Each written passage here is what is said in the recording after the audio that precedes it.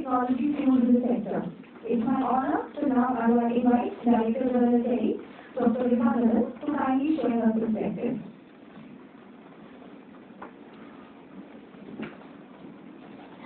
Start with that why are we even discussing about shipping sector globally? Because I'm sure there are far more knowledgeable persons sitting over here in the shipping sector, so I don't have to touch upon that. But the overall crisis that we are facing today because of the changing climate.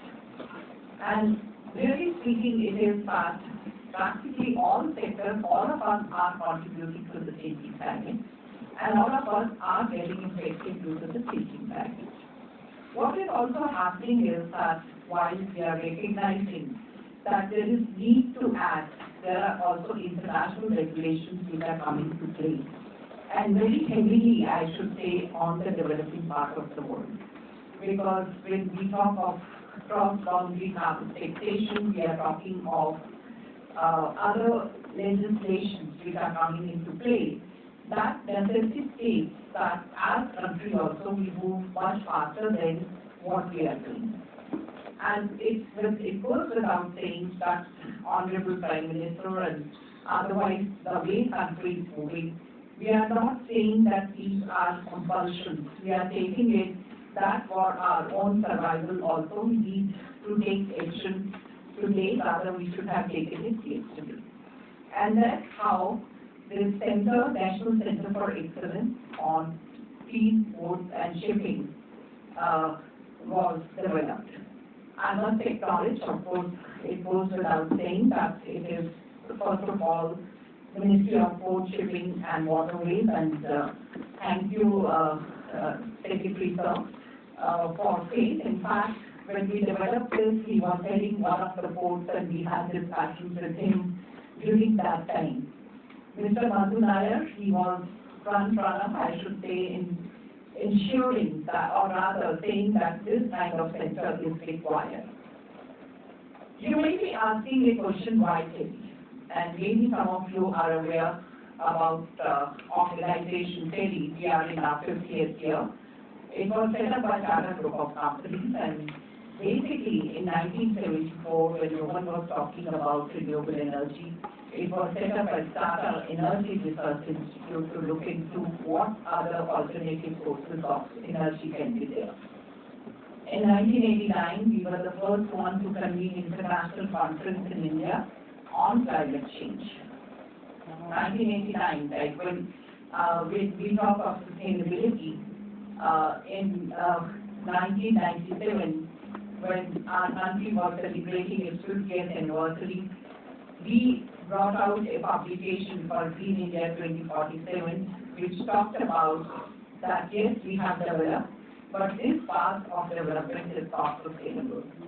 And therefore, it's not like an activist organization, rather, we brought out another publication which was Disha, that how can you change your tune? Business as usual is not going to work, and therefore you have to take action well in advance. And of course, that journey continued, and we got into other areas as well. But then somewhere, sustainability and decarbonization, climate change, that remain in the heart of it. Our strength in why it is National Center of Excellence is largely that we are working with various industries on developing their decarbonization pathways. We are looking at new technologies, and I'd also like to mention to the August gathering that just last month, the Minister of Power, so we were interacting with him, and he announced that TERI will be setting up a Institute on Energy Transition with Ministry of Power. So basically, what we are looking at, what are the other sources of energy that can change, like you have to develop, as a country we have to develop it, and therefore that development has to be clean, and there are other alternatives available. I'd also like to mention that in National Center of Excellence, what we are looking at is the entire process, because you look at the ports, do we even have standards today in terms of any standards. So each port is different from the other. There are good practices, so let's bring them on the table. And I'll say not just in India, we are talking in the international arena. We don't have to reinvent the broken wheel, we have to learn from their experiences and bring those technologies to our country, but not copy them, but indigenize them. And for that, you need a lot of research to be done. And then is the fuel itself, because right now, the oil which is used by the ships, it's very heavy oil and a lot of sulfur emissions are there. So can those be reduced? And the entire value chain, things like the arrival of the ships so that they are not standing in water. Because ultimately waters are common and therefore we can't, or no country can afford loss of biodiversity and so on in waters because of the sailing ships. And the entire logistics, because when you talk of ports, it's also that the trucks which come there, they should also be clean, because otherwise your whole purpose gets defeated. So that is the entire, in a way you can say, the entire chain of the shipping sector that National Center will be looking into. We also believe that there is some component of training, and especially for the new technologies when you are talking of hydrogen or ammonia.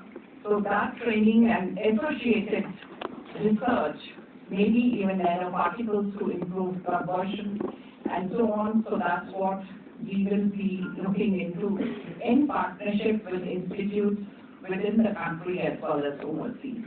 And I'm sure this Institute on Energy Transition will also play a very important role in ensuring that we go for decarbonization of the shipping sector.